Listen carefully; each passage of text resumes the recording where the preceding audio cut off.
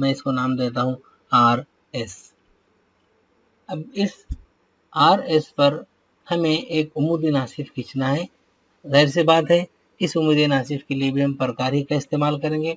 प्रकार में कता खत में निस्फ से ज़्यादा फासला लेंगे ऊपर की तरफ और नीचे की तरफ एक कौस खींच लेंगे। इसी तरह से नुक्ता एस पर प्रकार के नोक को रखते हुए पहले खींचे हुए दोनों कौसैन को कता करेंगे। अब हमें जो दो नुकात हासिल हुए उन दो नुकात से गुजरता हुआ एक खत हमें खींचना है।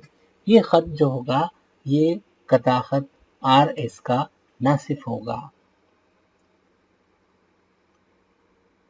इसे भी हम जो चाहे नाम दे, लेकिन हम इसे नाम देते हैं CD और जिस नुक्ते पर ये RS को कता कर रहे हैं उसको हम नाम देते हैं M।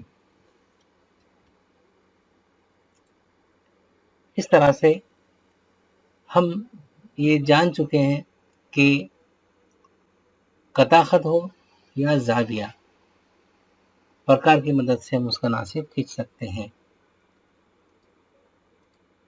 खत PM और खत यहाँ पर हमारे पास जो नुकात है वो RM और MS के हैं। मैंने नाम इसे P की बजाय R दे दिया था।